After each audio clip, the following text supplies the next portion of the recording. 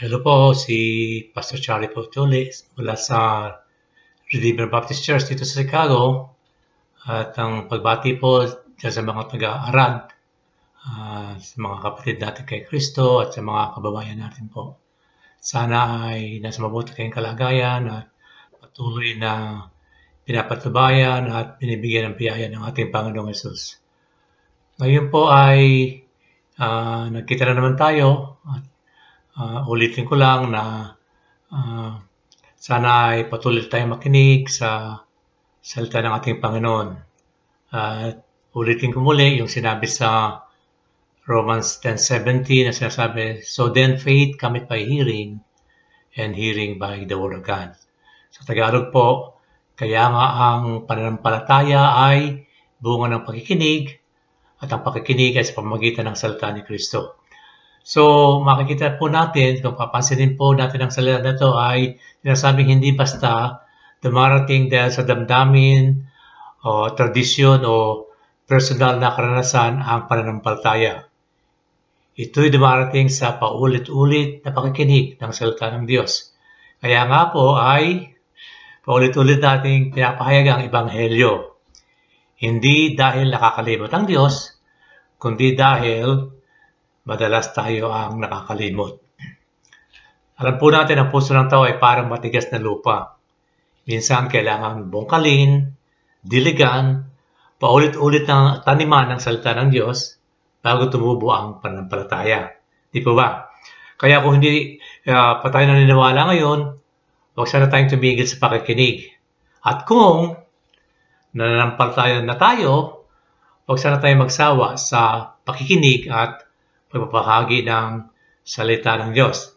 Yun po. And then, ulitin ko muli yung sinabi sa Ephesians 2:8 and 9 na nagsasabi, "For by grace are you saved through faith, and that not of yourself, it is the gift of God," sa verse 9, "not of works, lest any man should boast."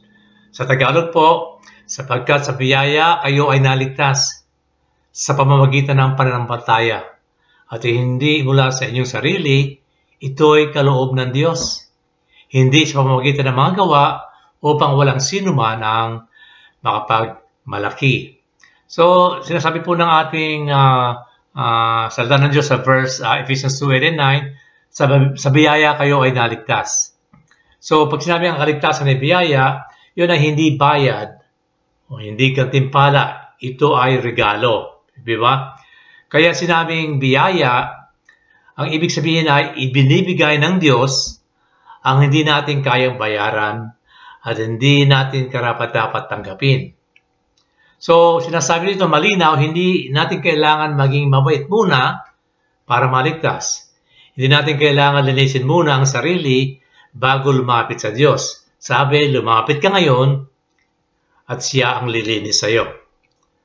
Ganun din po. Sana ay maliwanag po yun. Sa verse din po na yun, sanabi, sa pamamagitan ng pananampalataya. Ang biyaya ay tinatanggap sa pamamagitan ng pananampalataya. Hindi po sa pamamagitan ng pag-aattend ng maraming misa o serbisyo o pagpunta sa church. Hindi rin pagtulong sa mahihirap at hindi rin pag-iwas sa mga kasalanan.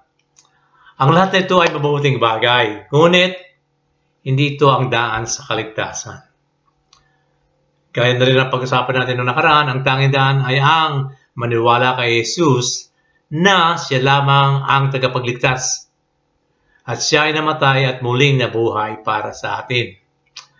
Ganun po sinasabi sa verse natin binasa, Ephesians 2:8-9, ito'y hindi mula sa inyong sarili. Ito'y kaloob ng Diyos. So, malinaw po, hindi galing sa atin ang pananampalataya. Ito ay galing sa Diyos. Kaya nga, kung ikaw ay nakakarinig ngayon ng salita at ang puso mo ay naaantig o tinatamaan, huwag mo itong baliwalain. Baka ito na ang panahon ng iyong kaligtasan. Yun po ba? So, namnamin po natin ang sinasabi na yan. At sabi rin, hindi sa pamamagitan ng mga gawa, upang walang sino man ang makapagmalaki. Walang makapagyayabang sa langit. Walang makapagsasabing, "Oh, nakarating ako dito kasi mabait ako." O kaya sabihin, nakarating ako rito kasi religious ako. O kasi hindi ako kasing sama ng iba. So, alamin natin or tingnan po natin na lahat tayo ay makasalanan at ang tanging dahilan ng ating kaligtasan ay ang biyaya ng Diyos sa pamamagitan ni Jesus. Yun po ba? Paulit-ulit po at yun po ang aking layunin na marinig natin muli ito. Kaya nga po, narapat na ating gawin o pagtugon sa hamon na ito ay patuloy lang tayo na makinig. At isipin na ang pananampalataya ay lumalago sa pamamagitan ng salita. Kung wala pa kayong pananampalataya, sabi nga, keep listening. Right? Kung kayo ay mananampalataya na at kung kayo ay hindi pa, ay patuloy rin pakikinig. Right? At kung mananampalataya na tayo, patuloy tayong lumago. Po ba? So, sabi din, ang tamang tugon ay manampalataya ka kay Kristo. Hindi sapat ang alam natin, hindi sapat na lumaki ka sa religious na pamilya. Right? Hindi po sapat yun. Kailangan tanggapin natin si Jesus bilang Panginoon at tagapagligtas ng ating sariling buhay. At isa pa, huwag ipagpaliban. Ang biyaya ay iniaalok ngayon. Hindi natin ang hawak ng bukas. Sabi nga sa 2 Corinthians 6:2, ngayon ang araw ng kaligtasan. Kaya yun lang po ang aking mababahagi at maiksi lang po ang aking mensahe ngayon. Sana ay magkaroon tayo ng puso na bukas at na matanggap natin ang kaligtasan na ibinibigay ng Diyos sa pamamagitan ni Jesucristo. Kaya nga kung iyon ay naunawaan ninyo, siguro po ay pwede kayo manalangin sa ating Panginoon na sinasabing, Panginoong Jesus, inaamin kong ako'y makasalanan at hindi ko kayang iligtas ang sarili ko. Naniniwala ako na ikaw ay namatay para sa akin at muling nabuhay. Tinatanggap ko ang iyong biyaya at pananampalataya. So, Panginoon, pumasok ka sa aking puso at ikaw na po ang maghari sa aking buhay. Salamat po sa kaligtasan. Kung ipapanalangin natin yan na tao sa ating puso, naniniwala po ako dahil sa kabanalan at katapatan ng ating Panginoong Yesus, ay tatanggapin niya tayo ng buong puso.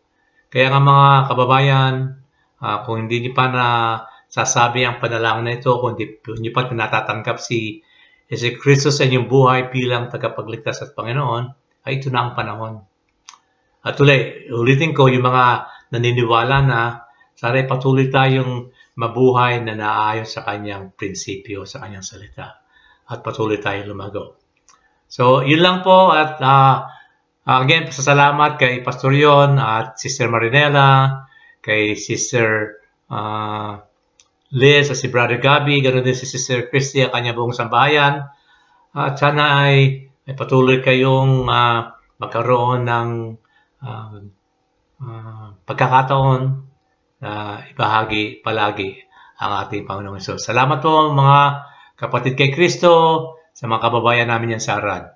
Bye-bye po, hanggang sa muli. Again, si Pastor Charlie po ito.